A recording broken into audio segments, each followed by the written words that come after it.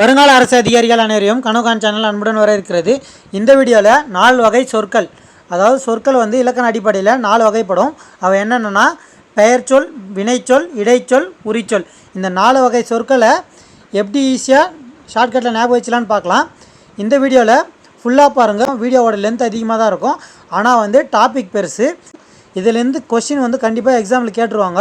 1லேருந்து 2 கேள்வி கேட்பாங்க. அதனால் வீடியோ பெருசாக இருக்குன்னு விட்டுறாதீங்க. வீடியோவில் கிளியராக எக்ஸ்பிளைன் பண்ணியிருப்பேன். இதில் எல்லா டாப்பிக்குமே வரதுனால கொஞ்சம் லென்த்தாக தான் இருக்கும் வீடியோ. அதே போல் இந்த பெயர் சொல்லோட வகைகளும் எக்ஸ்பிளைன் பண்ணியிருப்பேன். பின்னாடி கடைசியாக ஒரு சில கேள்விகள் கேட்டிருப்பேன். அதையும் பார்த்து செக் பண்ணிக்கங்க, நம்மளுக்கு ஆன்சர் பண்ண முடியுதான்ட்டு. அப்படி பண்ண முடிஞ்சால் தான் நம்ம இந்த டாப்பிக்கில் கிளியராக இருக்குன்றது அர்த்தம். சரிங்களா? அதனால் வீடியோவை ஸ்கிப் பண்ணாமல் ஃபுல்லாக பாருங்கள். சரிங்களா? இந்த வீடியோ குரூப் 4க்கும் சரி, குரூப் 2க்கும் சரி தமிழ் கேட்குறாங்க இல்லைங்களா, தமிழில் கண்டிப்பாக இந்த கேள்வி இல்லாமல் வராது. அதே போல் போலீஸும் எஸ்ஐ எழுதுகிறாங்க இல்லைங்களா, அவங்களுக்கு தமிழ் எலிஜிபிலிட்டியில் கண்டிப்பாக கேட்பாங்க. அப்படி இல்லைனா தமிழுக்கு ஒரு 5 மார்க் இருக்குது இல்லைங்களா, அந்த 5 மார்க்கு, போலீஸ்னால் 5 மார்க் இருக்குது. இதே எஸ்ஐனா 10 கொஷின் இருக்குது. அந்த 10 கொஷின்லேயும் கேட்க வாய்ப்பு இருக்குது, இந்த 5 கொஷின்லேயும் கேட்க வாய்ப்பு இருக்குது. அதனால் வீடியோவை ஸ்கிப் பண்ணாமல் ஃபுல்லாக பாருங்கள். அப்போ தான் உங்களுக்கு கிளியராக புரியும் ஐடியா. சரிங்களா? முதல்ல இலக்கண அடிப்படையில் சொற்கள் எத்தனை வகைனா 4 வகைப்படும். அவை என்னென்னா பெயர்ச்சொல், வினைச்சொல், இடைச்சொல், உரிச்சொல். இது என்னென்னா முதல்ல பெயர் சொல்னா என்னன்னு பார்க்கலாம். பெயர் சொல்னா ஒரு பெயரை குறிக்குதுன்னா அது பெயர் சொல். குமரன், குமரி, மரம், செடி, கொடி இதெல்லாம் இதில் அதெல்லாம் ஒரு பெயரை குறிக்குது. அது பெயர் சொல். அடுத்து வினைச்சொல். வினைச்சொல்னால் என்னென்னா வினைன்றது ஒரு ஒர்க்கு. சரிங்களா? ஒரு ஒர்க்கை குறிக்கிறது தான் வினைச்சொல். எழுது, ஓடு, ஆடு அதெல்லாம் இருக்குது இல்லைங்களா, அதெல்லாம் ஒரு வினை. சரிங்களா? அதை குறிக்கிறது தான் வினைச்சொல். இடைச்சொல்னால் பெயர் சொல்லுக்கும் வினைச்சொல்லுக்கும் இடையில் வர்றது தான் இடைச்சொல். இதே உரிச்சொல்னா என்னென்னா ஒரு பொருளை அதுக்குரிய இன்னொரு வார்த்தையால் சேர்த்து கூறுறது தான் உரிச்சொல். சரிங்களா? இது எப்படின்னா ஒரு மரம் இருக்குன்னா அதை நம்ம மரம்னு குறிப்பிடுவோம், அது பெயர் சொல். இதே அது பெரிய மரமாக இருந்துச்சுன்னா மாமரம்னு சொல்கிறோம் இல்லைங்களா, அந்த பெரிய மரன்றதுக்கு உரிய ஒரு வார்த்தையால் சேர்த்து சொல்கிறோம் இல்லைங்களா, அதனால் அதுக்கு பேர் உரிச்சொல்னு சொல்கிறாங்க. இப்போது இதை பற்றி எலாபரேட்டாக பார்க்கலாம். முதல்ல பெயர் சொல். ஒரு பொருளோட பெயரை, அதாவது ஒன்றோட பெயரை குறிக்கும் இல்லைங்களா, அந்த சொல்லு தான் பெயர் சொல்னு சொல்லுவாங்க. எடுத்துக்காட்டு பாரதி, பள்ளி, காளை, கண்ணு இதெல்லாம் இருக்குது இல்லைங்களா, ஒரு பெயர். அது பெயர் சொல்னு சொல்கிறாங்க. அடுத்து வினைச்சொல். வினைச்சொல்னா ஆல்ரெடி சொன்னோம், ஒரு ஒர்க்குன்ட்டு ஒரு செயலை குறிக்கிறது தான் வினைச்சொல். இது பாருங்கள், வா, போ, எழுது, விளையாடு இதெல்லாம் வினைச்சொல். சரிங்களா? அடுத்து இடைச்சொல். இடைச்சொல்னால் என்ன சொல்லியிருந்தோம், இந்த பெயர் சொல்லுக்கும் வினைச்சொல்லுக்கும் இடையில் வரும், அதாவது அதை சார்ந்து வருது இல்லைங்களா, அந்த சொல்லு தான் இடைச்சொல். சரிங்களா? இந்த இடைச்சொல் தனித்து இயங்காது, தனியாலாம் வராது, இது ரெண்டுத்தையும் சார்ந்து தான் வரும், அதுதான் இடைச்சொல். சரிங்களா? எந்த பாயிண்ட்டு கேட்டால் கேட்பாங்க, பார்த்து வச்சுக்கோங்க. இது எப்படி வரும்னா இடைச்சொல், இங்கே தந்தையும் தாயும் அப்படி வருது இல்லைங்களா சேர்ந்து, அது இடைச்சொல். இதில் மற்றுன்றது வருது, மற்றொருவர் அப்படின்ற வருது இல்லைங்களா அது. அப்புறம் திருக்குறளை வருது இல்லைங்களா, அதுவும் இடைச்சொல். சரிங்களா? இதுவும் ஈஸி தான். அடுத்து உரிச்சொல். உரிச்சொல்னா என்ன சொன்னோம், ஒரு பொருளை அதுக்கு தகுந்த ஒரு அர்த்தத்தை கூறுறது, அதாவது பெரிய மரம்னா மாமரம் அப்படின்னு சொல்லுதுங்களா, அதுதான் உரிச்சொல்னு சொன்னோம். ஸ்டேட்மெண்ட்டாக என்ன கொடுத்துருக்காங்கன்னா பெயர்ச்சொல், வினைச்சொல் ஆகியவற்றின் தன்மை, அதாவது அதோட தன்மை நம்ம சொன்னோம் இல்லைங்களா, நம்ம சிம்பிளாக சொன்னோம், இதில் ஸ்டேட்மெண்ட்டாக இருக்குது. அந்த தன்மையை மிகுதிப்படுத்துறதுக்கு வரும் சொல்லு தான் உரிச்சொல். சரிங்களா? இப்போ நகரன்றது நார்மல், இதே மாநகரம்னா பெரிய நகரம் அப்படின்றது குறிக்குது, அந்த மான்றது தான் அதில் இருக்கிற உரிச்சொல். சரிங்களா? அது சிறந்தது அப்படின்றது நம்ம நார்மலாக யூஸ் பண்ணுறது. சாலை சிறந்ததுன்னா அதில் சாலை தான் உரிச்சொல். சரிங்களா? அடுத்து பெயர் சொல்லோட வகைகளை பற்றி பார்க்கலாம். இதில் பெயர் சொல்ல கேள்வி கேட்டாங்கன்னா கொஸ்டின் பார்த்தாவே ஈஸியாக ஆன்சர் பண்ணிடலாம். இதுக்கு எந்த ஒரு இதுவும் மனப்பாடம் பண்ணணும்னு அவசியமே கிடையாது. ஒன்ஸ் பார்த்துட்டு போயிட்டிங்கன்னா போதும், எக்ஸாமில் டைரெக்டாக ஆன்சர் பண்ணிடலாம். முதல்ல பெயர் சொல்னா என்னென்னா ஒரு பொருளை பெயரிட்டு குறிப்பிடுறது தான் வந்து பெயர் சொல். சரிங்களா? அது வந்து மரம், பள்ளிக்கூடம், சித்திரை, கிளை, இனிப்பு, பாடுதல் எல்லாமே வந்து பெயர் சொல்னு சொல்லுவாங்க. பெயர் சொல் மொத்தம் 6 வகைப்படும். அவை என்னென்னா பொருள் பெயர், இடப்பெயர், காலப்பெயர், சினைப்பெயர், பண்பு பெயர், தொழில் பெயர். இந்த 6 தான் வந்து பெயர் சொல்லோட வகைகள். இந்த 6 எப்படி ஷார்ட்கட்டில் ஞாபகம் வச்சுக்கலாம்னா, ஒரு பொருளை வாங்குறோன்னா அது வந்து எந்த இடத்துல வாங்குறேன்னு கேட்பாங்க. சரிங்களா? எப்போ வாங்கிட்டு வந்தேன்னு கேட்பாங்க. எந்த பொருள் வாங்கினா, அதாவது இப்போ ஸ்வீட்டுன்னு வச்சுக்கலாம், அதில் வந்து எந்த ஸ்வீட் வாங்கினா அந்த மாதிரி கேட்பாங்கல்ல அது. அடுத்து வந்து அந்த ஸ்வீட்டோட பண்பு, அதாவது எப்படி இருந்துச்சு அப்படின்னு கேட்பாங்க. அடுத்தது வந்து வாங்கிட்டு வரது ஒரு தொழில். சரிங்களா? முதல்ல ஒரு பொருள் வாங்குறோன்னா அந்த பொருள் எந்த இடத்துலேருந்து வாங்குறேன்னு கேட்பாங்க. சரிங்களா? அடுத்தது வந்து எப்போ வாங்கினேன்னு கேட்பாங்க. அடுத்து வந்து எந்த பொருள் வாங்கினேன், அதாவது எந்த பார்ட் வாங்கினேன் அப்படின்றத கேட்பாங்க இல்லைங்களா? பார்ட்னால் வந்து சினைப்பெயர். சரிங்களா? அடுத்து அந்த பொருள் எப்படி இருந்துச்சு, அடுத்து வாங்கின்னு வரது ஒரு தொழில். சரிங்களா? இது 6 தான் வந்து பெயர் சொல்லோட வகைகள். இப்போ இந்த 6 பெயர் சொல்லோட வகைகளை தனித்தனியாக பார்க்கலாம்.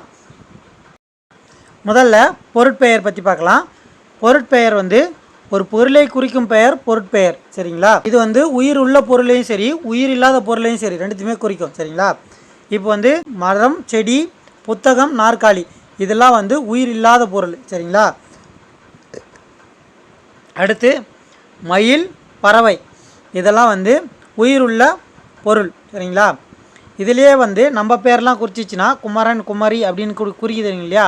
அதெல்லாம் வந்து பொருட்பெயர் தான். அடுத்து இடப்பெயர். ஒரு இடத்தை குறிக்கும் பெயர் வந்து இடப்பெயர். இதுவும் ஈஸியாக தான் இருக்கும். சென்னை, பள்ளி, பூங்கா, தெரு இதெல்லாம் வந்து ஒரு இடத்தை குறிக்கிற பெயர். அதனால் இது இடப்பெயர்னு சொல்லுவாங்க. அடுத்து காலப்பெயர். ஒரு காலத்தை குறிக்கும் பெயர் தான் வந்து காலப்பெயர்னு சொல்லுவாங்க. இது வந்து ஒரு நிமிடம்னாலும் ஒரு காலத்தை குறிக்கிறது தான். நாள், வாரம், சித்திரை, ஆண்டு இதெல்லாம் வந்து காலத்தை குறிக்கிற பெயர். அதனால் இது காலப்பெயர் அப்படின்னு சொல்கிறாங்க. அடுத்து சினைப்பெயர். சினைப்பெயர்னா என்னென்னா, சினைனா ஒரு பொருளோட உறுப்பு. சரிங்களா? உறுப்பை குறிக்கும் பெயர் சினைப்பெயர்னு சொல்லுவாங்க. கண், கை, கால், மூக்கு அதெல்லாம் சொல்கிறோம் இல்லைங்களா? அது. அப்புறம் செடியோட இலை, கிளை இதெல்லாம் இருக்குது இல்லைங்களா? இதெல்லாம் வந்து அந்த பொருளோட பார்ட்டு. சரிங்களா? அதை குறிக்கிறது தான் வந்து சினைப்பெயர்னு சொல்லுவாங்க. அடுத்து பண்பு பெயர். பண்பு பெயர்னா என்னென்னா, அந்த பொருளோட பண்பை குறிக்கும் பெயர் தான் வந்து பண்பு பெயர்னு சொல்கிறாங்க. சரிங்களா? அது வந்து இப்போ ஒரு வட்டமான கிணறு இருக்குதுன்னா அது வட்ட கிணறு. அது வந்து கிணத்தோட பண்பு குறிக்குது. சரிங்களா? அந்த வட்டம்ன்றது.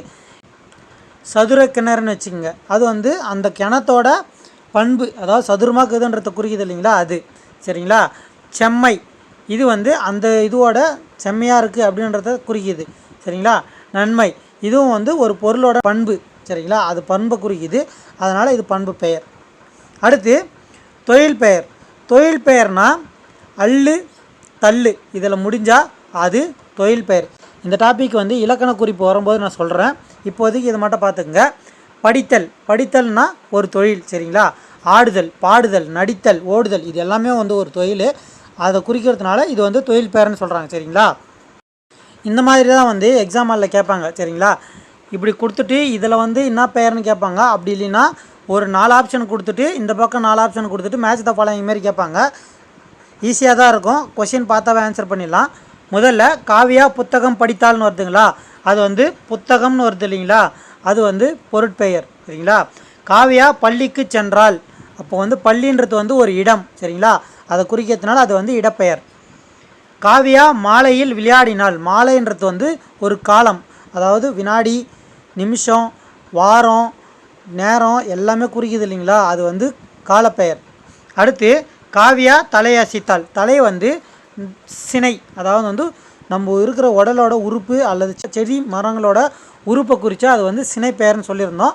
அதனால் இது தலை. காவியாவோட தலையை அசைஞ்சாருன்னா காவியாவுக்கு வந்து தலை வந்து அவங்க உடம்புல இருக்கிற ஒரு உறுப்பு. சரிங்களா? தலைன்றது அது வந்து சினைப்பெயர். சரிங்களா? அடுத்து காவியா இனிமையாக பேசுவாள். இனிமையாக பேசுவாள்னா அவளோட பண்பு குறிக்குது. சரிங்களா? அப்போது அது வந்து பண்பு பெயர். அடுத்து காவியாவுக்கு நடனம் ஆடுதல் பிடிக்கும். ஆடுதல் பிடிக்கும்னா தொழில் பெயர். நம்ம சொன்னோம் இல்லைங்களா? ஆடுதல், ஓடுதல் அதெல்லாம் வந்து தொழிலில் வரும். அதாவது அல்லு தள்ளில் முடிஞ்சால் அது வந்து தொழில் வரும். அது வந்து தொழில் பெயர் அப்படின்னு சொல்கிறாங்க. பெயர் சொல்லோட வகைகள் முடிஞ்சிச்சு. இப்போ இடுகுறி பெயர்கள் பார்க்கலாம். இடுகுறி பெயருக்கும் காரண பெயருக்கும் ஒரே வித்தியாசம்தான். காரணத்தோடு பேர் வச்சா அது வந்து காரண பெயர். சும்மா வந்து காரணமே இல்லாமல் அதுக்குன்னு ஒரு பேர் வைக்கணுன்றதுக்காக வச்சுருந்தாங்கன்னா அது வந்து இடுகுறி பெயர். மண், மரம், காற்று இதெல்லாம் வந்து அதுக்கு பேர் வைக்கணும்னு வச்சுருப்பாங்க. இது வந்து 2 வகைப்படும். என்னென்னா இடுகுறி சிறப்பு பெயர், இடுகுறி பொது பெயர். சரிங்களா? பொதுவானா மரம், காடு இதெல்லாம்ங்கிறது வந்து இடுகுறி பொது பெயர். அதாவது பொதுவாக ஒரு பொருளுக்கு பேர் வைக்கிறாங்கன்னா அது வந்து இடுகுறி பொது பெயர். இதே வந்து இடுகுறி சிறப்பு பெயர்னால் பொதுவான ஒரு பெயர் வந்துடுது, காடுன்னு வந்துடுது, அதுக்குன்னு தனியாக சிறப்பாக ஒன்று சரிங்களா வச்சாங்கன்னா அது வந்து இடுகுறி சிறப்பு பெயர். இப்போ காடுன்னு வந்துச்சு, இதுவே வந்து கருவேலங்காடு அப்படின்னு எக்ஸ்ட்ரா சேர்ந்து வருது பார்த்தீங்களா, அது வந்து இடுகுறி சிறப்பு பெயர்னு வரும். அடுத்து காரண பெயர். இது முன்னாடி சொன்னோம், இடுகுறி பெயருக்கும் காரண பெயருக்கும் ஒரே வித்தியாசம் தான். காரணத்தோட பெயர் வச்சா அது காரண பெயர். சும்மா அந்த பொருளுக்கு ஒரு பெயர் வைக்கணும்னு வச்சாங்கன்னா அது வந்து இடுகுறி பெயர். இப்போ காரண பெயர்னால் நாற்காலி, 4 கால் இருக்கிறதுனால அதுக்கு வந்து நாற்காலி அப்படின்னு பேர் வச்சுருக்காங்க. கரும்பலகை, கருமையாக இருக்கிறதுனால அதுக்கு வந்து கரும்பலகை அப்படின்றத பேர் வச்சுருக்காங்க இல்லைங்களா, அதனால் வந்து இது காரண பெயர். காரணத்தோடு வச்சா காரண பெயர். இதே வந்து காரண பொது பெயர், காரண சிறப்பு பெயர்னு 2 இருக்குது. சரிங்களா? என்னென்னு பார்த்தீங்களா, காரண பொது பெயர் பொதுவாக ஒரு பொருளுக்கு காரணத்தோடு பேர் வச்சா அதுக்கு வந்து காரண பொது பெயர். இப்போ பறவை, பறவைனா பறக்கிறதுனால அது பறவை. சரிங்களா? அப்போது காரண பொது பெயர். சரிங்களா? அடுத்து அணி, அழகுன்ற பேரை குறிக்கிறது தான் வந்து அணி. சரிங்களா? அது வந்து காரணத்தோடு வச்சுருக்காங்க, அதுக்கு வந்து காரண பெயர். அடுத்து கடைசியாக காரண சிறப்பு பெயர். இது வந்து சிறப்பு பெயர்னால் காரண பெயரோடு சேர்ந்து எக்ஸ்ட்ரா வரும். சரிங்களா? வளையல், வளைஞ்சிருக்கிறதுனால வளையல், அது வந்து வளைவாக இருக்கிறதுனால வளையல், அது வந்து காரணத்தோடு வச்சுருப்பாங்க. அது வந்து கையில் போடுறதுனால அது வளையல் அப்படின்னு சொல்லுவாங்க. அதனால் வந்து காரண சிறப்பு பெயர் இது. அடுத்து வந்து மரங்கொத்தி. கொத்தினா கொத்துறது. சரிங்களா? அது வந்து கொத்துறதுனால அதுக்கு வந்து கொத்தின்னு வச்சுருக்காங்க. மரங்கொத்தினா மரத்தை கொத்துறதுனால அது மரங்கொத்தி அப்படின்ட்டு காரணத்தோட சிறப்பு பெயரோடு சேர்த்து சொல்கிறாங்க. அதுதான் வந்து காரண சிறப்பு பெயர். சரிங்களா?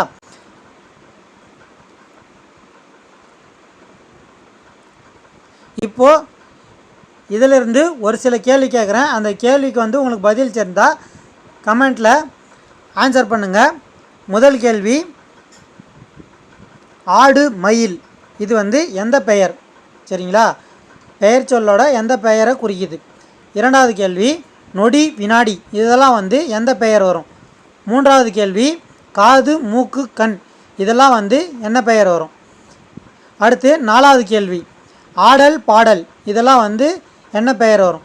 ஐந்தாவது கேள்வி, மதுரை, கொல்லிமலை இதெல்லாம் வந்து என்ன பெயர் வரும்? அடுத்து ஆறாவது கேள்வி, பசுமை, கருமை இந்த ரெண்டும் வந்து எந்த பெயரை குறிக்குது? சரிங்களா?